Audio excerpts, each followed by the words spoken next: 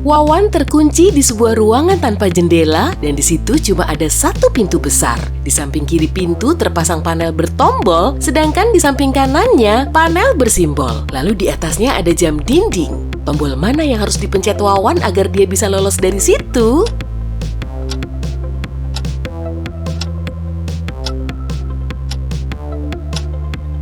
Segitiga hijau. Angka yang tertera di panel kiri merepresentasikan angka pada jam dan kalau kamu menariknya secara lurus akan terbentuk segitiga.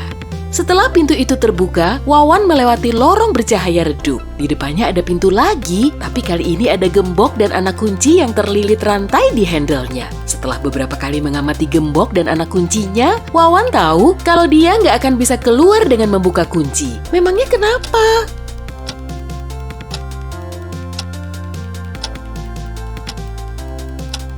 Pola geriginya kelihatan beda tuh. Anak kuncinya pasti nggak akan bisa masuk ke gembok. Berarti Wawan perlu nyari solusi lain dong buat meloloskan diri dari situ. Mata Wawan tertuju pada meja di sudut ruangan gelap. Di atasnya ada secari kertas, pisau, dan balon. Dia langsung mengambil kertas itu yang rupanya bertuliskan, "Untuk keluar dari sini, kamu harus melubangi balon itu dengan pisau. Tapi jangan sampai balonnya kempes atau meletus kalau kamu nggak mau disandera selamanya." Setelah mikir sejenak, Wawan akhirnya bisa memecahkan teka-teki itu. Pintu rahasia yang terpasang di sisi dinding kemudian terbuka. Hah? Memangnya tadi dia ngapain?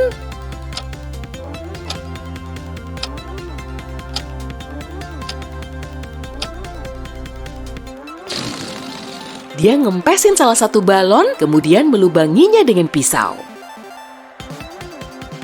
Detektif Markus dan seorang pejalan kaki lain ditetapkan sebagai saksi dalam insiden kecelakaan mobil. Seorang pria terbaring pingsan di atas jalan setelah ditabrak mobil minivan. Markus tergopoh ke kafe terdekat untuk menghubungi ambulan. Setelah dia kembali ke TKP lagi, si pejalan kaki tadi bilang kalau pria itu telah membalikan badan, tapi masih belum sadar juga. Markus langsung mengamati TKP lebih dekat, kemudian bilang, "Udahlah, mending balikin aja barang berharga miliknya." Kenapa Markus malah bilang begitu?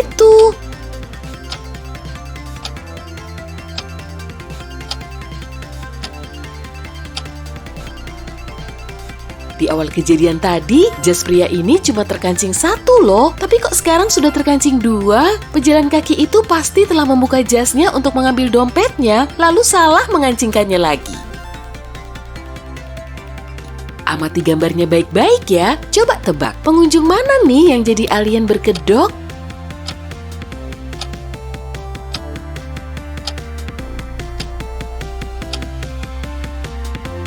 Cowok yang pakai baju kuning, dia lagi makan pisang, tapi kok kulitnya nggak dikupas dulu? Bisa jadi dia baru mengetahui buah ini untuk pertama kalinya.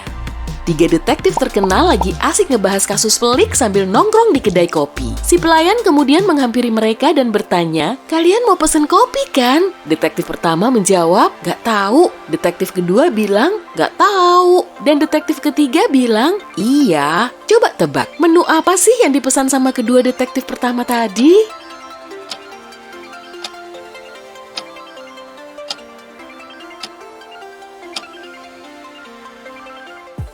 Ketiga detektif itu pesen kopi, semuanya memang mau minum kopi, tapi kedua detektif pertama masih ragu kalau kopi pilihannya juga akan dipilih rekannya. Nah, kalau mereka nggak mau minum kopi, jawabannya kan tinggal enggak. Jadi saat detektif ketiga mendengar jawaban kedua rekannya, dia tahu kalau mereka juga mau ngopi sama sepertinya. Makanya dia bilang, "Ya."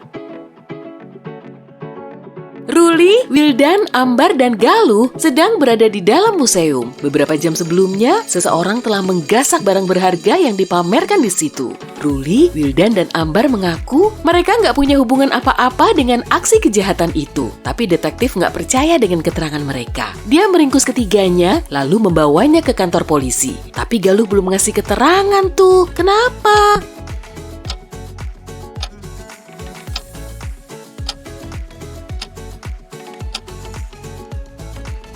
Galuh yang jadi detektifnya. Yani lagi ngupi-ngupi santuy di sebuah kafe, tiba-tiba terdengar derit ban mobil yang berhenti mendadak lalu disusul dengan teriakan. Dia melihat ada cowok terduduk di atas aspal beserta sepedanya. Di dekat situ juga ada sebuah mobil, untungnya pesepeda itu nggak kenapa-napa. Lalu Yani membantunya berdiri lagi. Si pengendara mobil juga menghampiri mereka dan sambil menunjuk-nunjuk ke penabraknya, pesepeda itu bilang, "Dia nabrak sepeda saya sampai saya jatuh." Tapi si pengemudi malah menyahut, "Dianya aja yang goesnya ngasal. Saya lihat sendiri kok di spion mobil saya. Pas dia udah jatuh, saya stop dulu mobilnya buat ngecek dia." Yani langsung tahu pembohongnya. Kalau kamu gimana?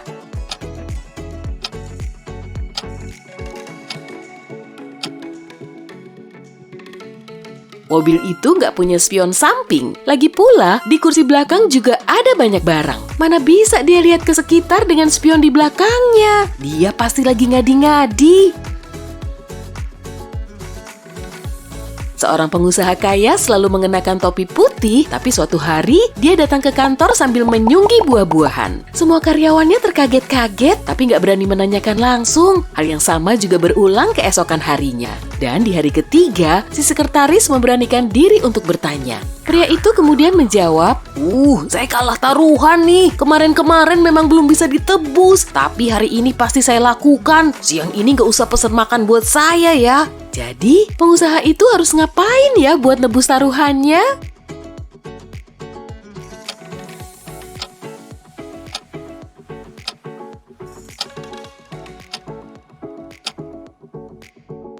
Saat bertaruh, dia bilang, "Kalau aku kalah, topiku akan kumakan." Petugas Mahmud Darsono mencurigai seseorang telah melakukan kejahatan. Kemudian, dia mengintai rumahnya. Gak jauh dari situ, ada pelukis yang lagi masang penyangga kanvasnya. Wah, kayaknya dia mau ngelukis rumah si penjahat. Tapi Mahmud harus segera kembali ke kantor polisi. Jadi, dia meminta cewek itu untuk menghubunginya kalau dia melihat si pemilik rumah dari luar.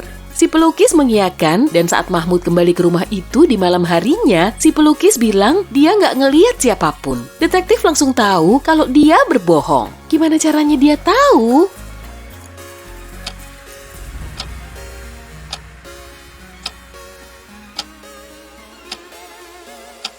Saat Mahmud kembali ke kantor polisi, semua jendela di rumah itu tertutup. Tapi di dalam lukisannya, cewek itu melukis jendelanya dalam keadaan terbuka. Berarti si pemilik rumah sudah pulang saat Mahmud pergi. Lihat gambarnya baik-baik deh. Cowok mana yang bernama Bayu?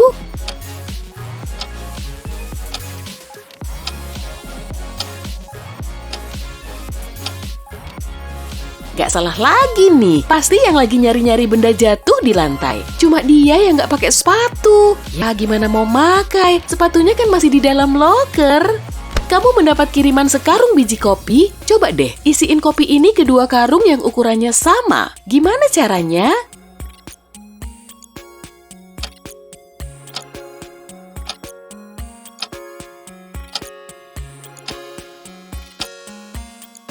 Masukin karung kosong ke dalam karung lain, lalu isiin biji kopinya. Uang di brankas Pak Gani dibobol maling. Polisi mencurigai Alan sebagai pelakunya. Tapi cowok itu menyangkal, "Saya nggak tahu menahu soal brankas dan cara bukanya kok, Pak. Saya ini kan cuma pandai besi biasa." Karena nggak percaya, polisi minta Alan untuk membuktikan ucapannya. Dia meminta pandai besi itu untuk memecahkan masalah yang terkait dengan profesinya. Kalau berhasil, berarti dia memang berkata jujur. Alan menerima 5 untai rantai yang tiap untainya terdiri dari 3 mata rantai. Detektif meminta Alan untuk membuat 1 rantai dari 5 untai tersebut. Tapi dia cuma bisa memisahkan dan menyambung 3 mata rantai. Dalam sekejap, Alan sudah bisa menyelesaikan tugasnya, kemudian dibebaskan. Gimana caranya?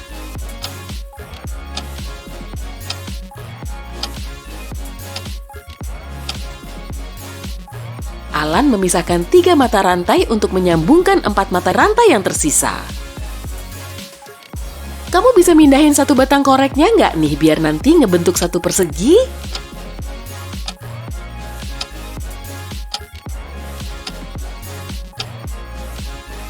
Tarik batang korek ini ke atas, tuh kan ngebentuk persegi. Penemu kenamaan Pak Benny tinggal di sebuah apartemen lantai 6. Setelah mengerjakan proyek penemuannya selama berbulan-bulan, akhirnya dia berhasil merakit mesin waktu. Setelah nyiapin makanan, air, dan barang penting lainnya, dia segera ngetes hasil temuannya. Dia nyetel timernya ke masa 500 tahun silam, dan sesaat sebelum mencet tombol mulai, dia kepikiran sesuatu. Kemudian, dia membawa perangkat itu ke garasi yang berada di lantai pertama. Kenapa?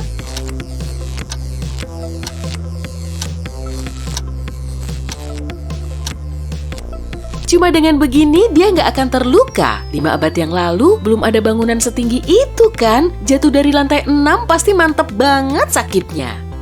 Amati kedua orang ini dengan seksama deh. Salah satu dari mereka bohong tuh, padahal udah ngecat smiley hijau di pagar. Siapa yang udah bohong?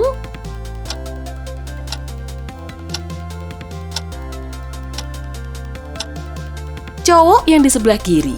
Lihat tangan kirinya deh. Meski tangannya dimasukkan ke saku, noda cat hijau dan pakaiannya masih kelihatan. Bagas nemu botol kaca pas lagi jalan santuy di tepi pantai. Kaca itu kelihatan usang dan dia kesulitan membuka tutupnya. Akhirnya ngebuka juga. Tiba-tiba ada jin yang menampakkan diri dari dalam botol. Akan kukabulkan semua permintaanmu, tapi kamu cuma boleh mengajukan 3 permintaan. Bagas mengiyakan, tapi anehnya dia bisa mengajukan lebih dari 3 permintaan. Kok bisa gitu?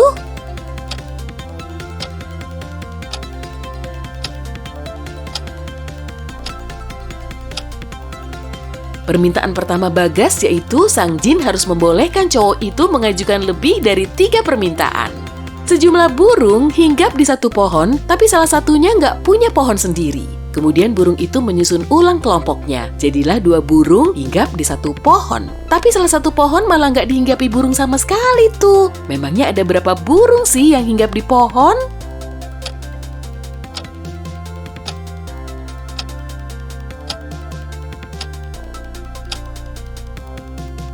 Burungnya ada 4 dan pohonnya ada 3. Pak Hendra, salah satu detektif jempolan di sebuah agensi, memasuki apartemen dengan kunci kombinasinya. Di situ tersimpan sejumlah dokumen rahasia, dan untuk membantunya mencari dokumen itu, asistennya Krishna telah meninggalkan pesan terenkripsi yang menginformasikan lokasi persis dokumen itu disembunyikan. Jadi tulisannya begini. Setelah mengutak-atik isi pesannya, akhirnya Pak Hendra bisa mendapatkan dokumen yang dia cari. Tempat persisnya di mana sih?